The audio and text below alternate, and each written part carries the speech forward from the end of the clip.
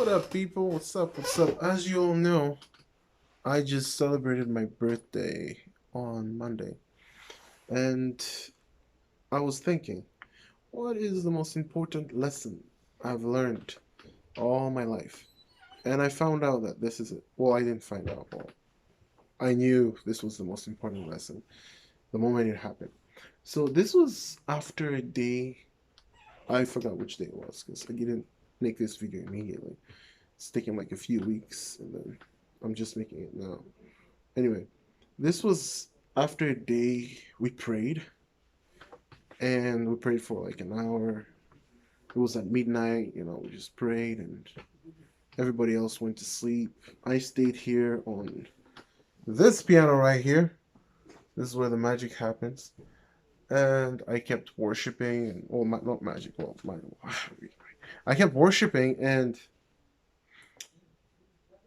I went into like a trance or a vision. I was still awake. I wasn't sleeping, but I was still playing the keys, and my eyes were open, and I saw Jesus standing in front of me. So the piano's right there, the keyboard is right there, and so in front of me, this is somewhere higher.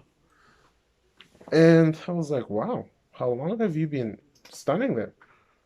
And he started showing me that he's been there the whole night. I was like, wow. But here's the sad part. He was there.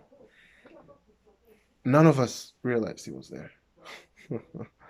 In fact, we were like, he showed me the events that happened, and some of us were walking through him, like ignoring him, just there for prayer and there for things that we wanted out of the prayer and not necessarily for him.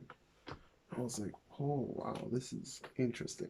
So he brought my attention to John, the book of John. I forget which book it is, which chapter it is, but I can look afterwards and put it in the description. But I'll tell you the story.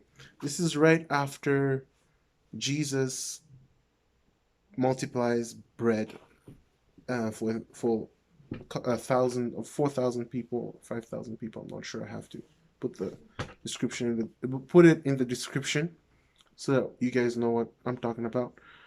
And then at the end of it, he goes and stays, like isolates himself from the crowd. His disciples go over the other side of the lake, I believe it was. Lake or sea, I'm not really sure. I think it's the sea. Galilee, I think. I think so. Um what happens next? Jesus walks on water, he goes to the other side. Anyway, you guys all know that story. When he goes to the other side, the Israelites are still looking for him. They are looking for him. They're like, what is he? And they see him, they're like, how did you get here? And the first thing he tells them is this. He says, I tell you the truth, or truly, truly I tell you, you are not looking for me. You're only looking for me because you want the bread that was multiplied like in the earlier chapter. So he basically tells them that they were not there because they love Jesus. They were there because they wanted something from him. And they have like a back and forth talk where he tells them that he's the bread of life, and whoever eats of me shall never hunger, or something like that. And they didn't. That's even the point where most of his disciples left him because the teaching was so hard for them. But here's my point. Here's the lesson I learned. I learned that day that through a vision, and the vision was really nice. I'll tell you about the vision later. But when Jesus was talking to me, that you can be in a prayer meeting, you can pray, you can speak in tongues, you can prophesy, and yet you miss the most important person in the meeting, the most important entity being Jesus, the person himself. You can fast and miss that. You can live your life and miss Jesus. And you can be all for deliverance, be all for healing, make a ministry out of it, and you miss Jesus.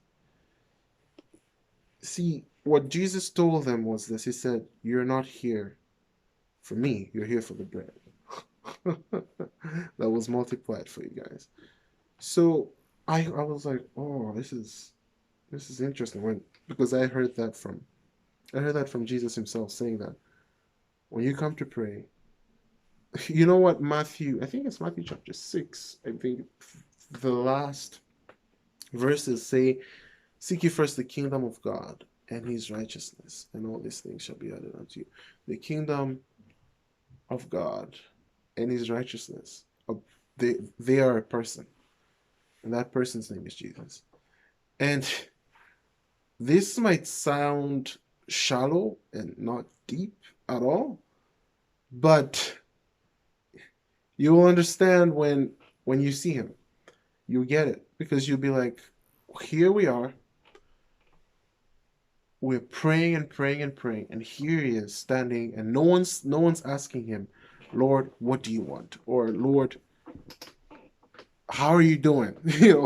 Just something as simple as that, or like, "How was this day? What did you do this day? What is your heart?"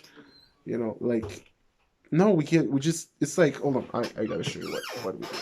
It's like we go on the phone and we pick up this phone and we have a conversation and we hang up and we don't even listen to whatever the person on the other side has to say. So that is my video for today.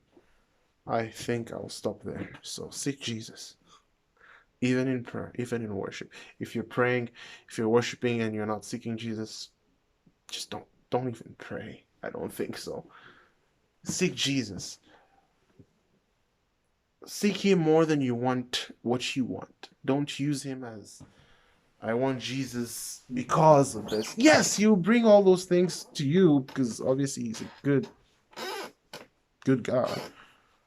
But Jesus is looking for friends, for sons and daughters, not servants or slaves or people who just use him as a genie. Yeah. So that's the most important lesson I learned.